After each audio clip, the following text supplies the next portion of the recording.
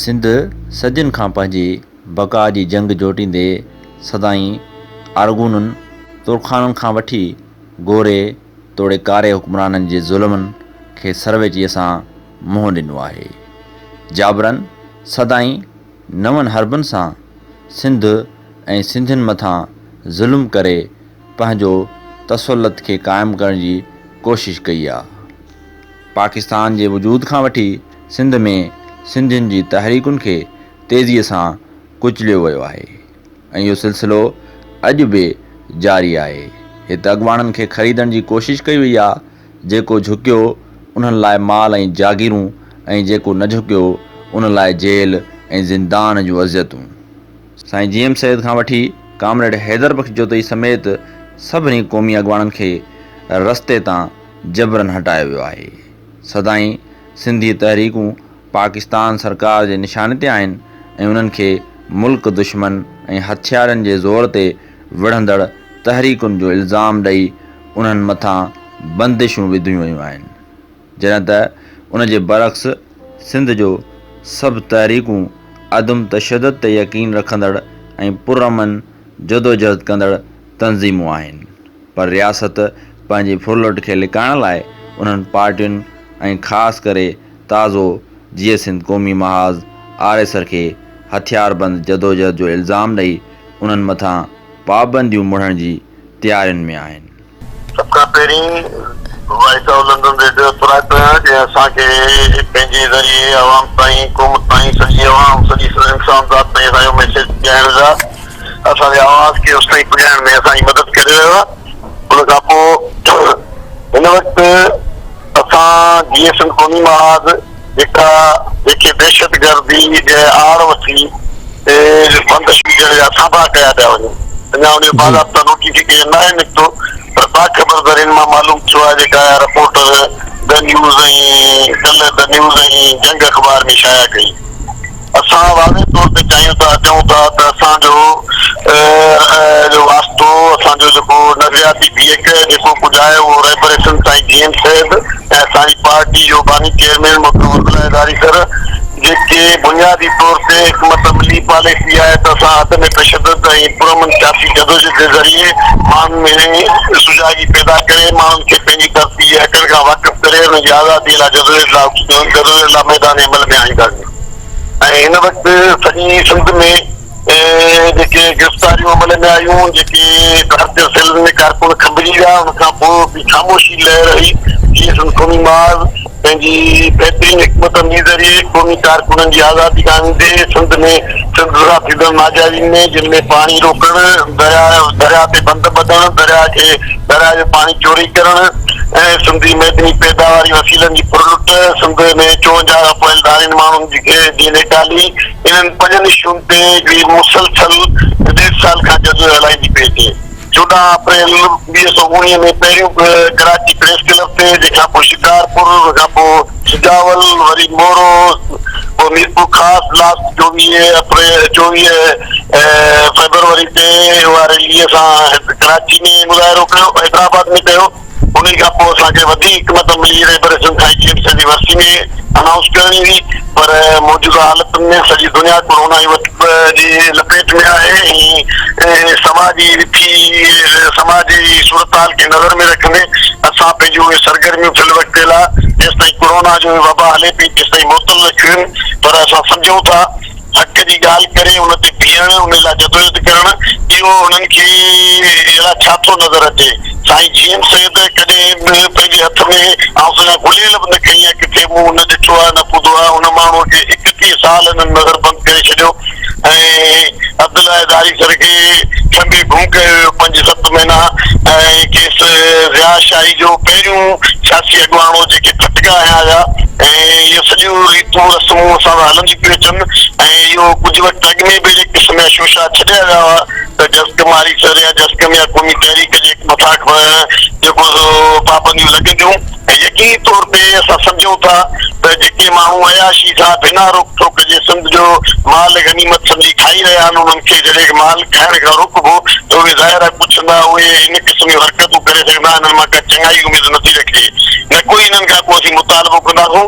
असां इंसानी हक़नि जी आलमी तंज़ीमुनि ॾाढो पंहिंजो फरियाद था रखूं त असां पुरमन सियासी जदोजहद अदम तशद्दुद जे बुनियाद ते पंहिंजी जदोजहद कयूं था ऐं असां किथे बि कंहिं पंहिंजे प्रोग्रामनि में जेके एतिरा वॾा मुज़ाहिरा कया आहिनि सॼी संजीदा जदोजहद कई आहे, हुन में कंहिं असांजे कारकुन वटि हिकिड़ी लठ बि न हूंदी ऐं उनजे बावजूदि उहो असांखे हिन क़िस्म जा जेके दहशतगर्द शो करे असांखे हिन क़िस्म जी सलाह ॾियनि था ॾियनि जेको असां कंहिं बि रिश्ते क़बूल न कंदासूं ऐं असां आलमी ज़मीर खे अपील था कयूं त इहो आवाम ऐं क़ौम जे आवाज़ खे दॿाइण जी जेका नापाक कोशिशि करे रहिया आहिनि उन्हनि खे गुंजो ॾियण लाइ आलमी अदालत ॾाढो केस रखंदो आहे। उन्हनि मथां लॻंदड़ पाबंदी नई नाहे। मज़हब जी तारीख़ खे ॾिसूं या दुनिया जे इनकलाबनि जी तारीख़ खे, उन्हनि खे सभ खां अॻ में पहिरीं पाबंदियुनि मां गुज़रणो पवंदो आहे। यसू मसीह खे जॾहिं फाही टंगी पियो वञे तॾहिं उन सां आङुरियुनि ते ॻणण जेतिरा माण्हू गॾु हुया, 12 माण्हू गॾु हुया। अॼु सॼी दुनिया में सभ खां वधीक पोइ हज़रत ईसा अलैहिस्सलाम जा हुज़ूर अलैहिस्सलाम जिन जॾहिं शुरूआति में इस्लाम जी तबलीग करणु शुरू कई, आज़ान ॾियण ते पाबंदी, निमाज़ पढ़ण ते पाबंदी, मिलण जुलण ते पाबंदी।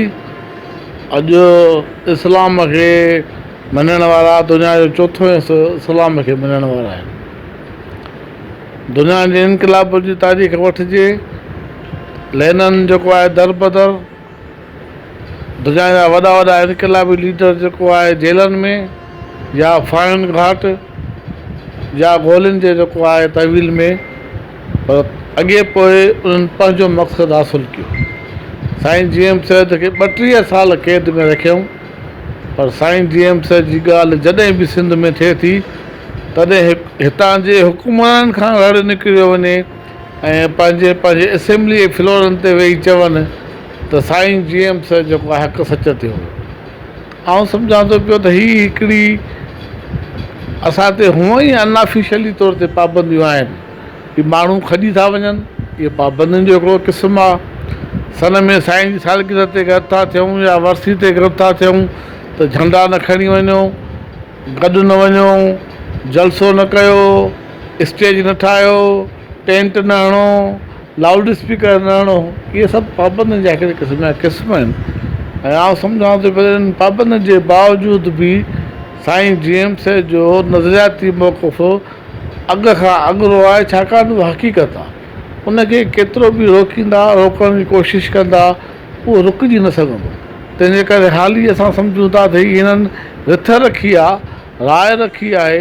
ॿिनि तनज़ीमुनि जो त सिंध में वजूद ई कोन्हे जेके लिबरेशन लाइ कहिड़े क़िस्म जा नाला ॾिना आहिनि। असांखे त घटि में घटि या तव्हांखे या कंहिं बि माण्हू खे सिंध में उन्हनि जो को वजूद नज़र नथो अचे। ख़बर न आहे काॾो हथ जूं इहे तनज़ीमूं ठाहे हिकु सियासी धुर खे हरू भरू जेको आहे त टारगेट करे थो वञे।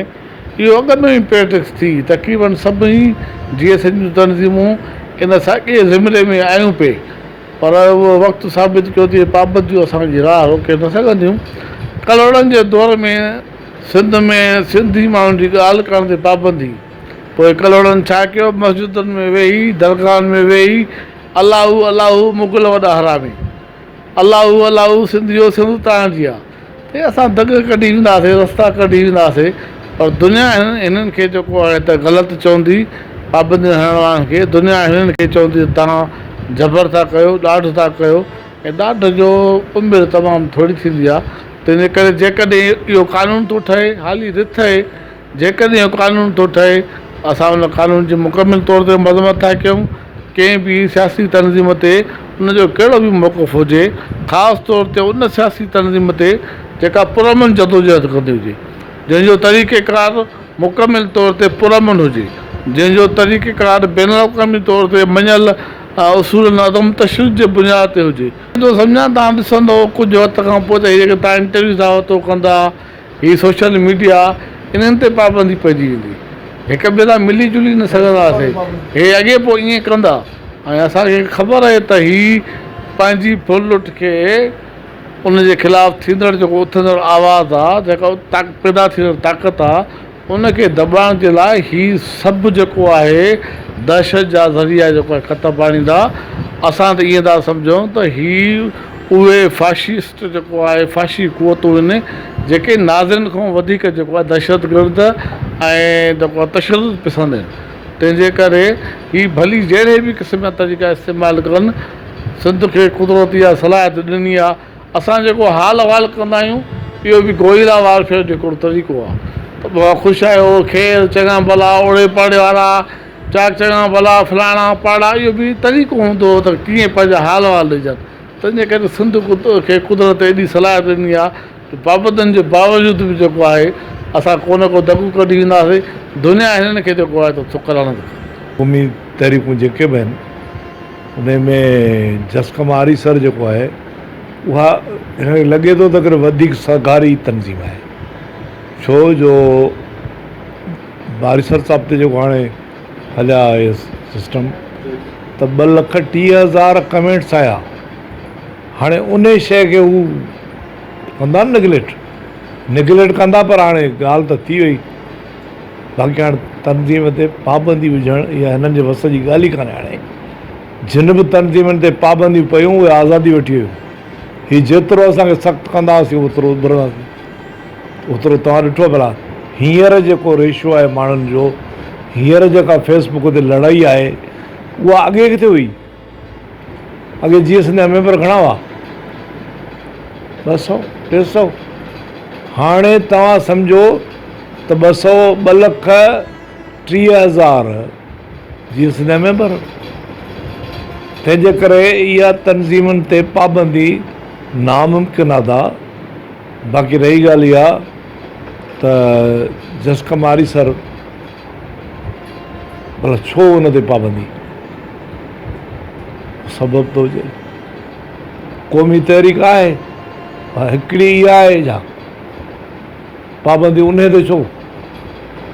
सो आउं चवंदो आहियां त इहो हुकुमरान जेके बताल थी वञनि। हाणे बताल थियण खां पोइ उहे अहिड़ा कम था कनि।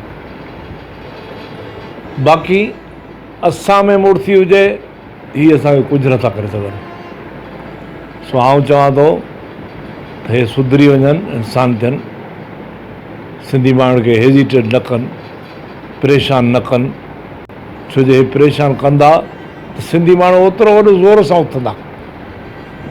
ईअं न कनि, ईअं कंदा त पाण सां था कनि।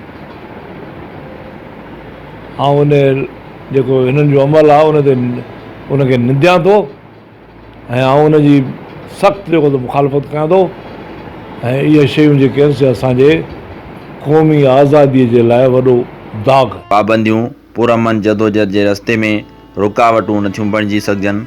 उन लाइ सिंध जे बाशऊर माण्हुनि क़ौमी तहरीकुनि सां थींदड़ ज़ियादतियुनि जो आवाज़ु उथारणु ऐं अहिड़ी पाबंदियुनि ख़िलाफ़ु सख़्तु एहतजाज जो इशारो ॾींदे इंसानी हक़नि जी आलमी तंज़ीम खां घुर कई आहे त क़ौमी तहरीकुनि मथां अहिड़ी बंदिश वारे मामले जो नोटिस वरितो वञे।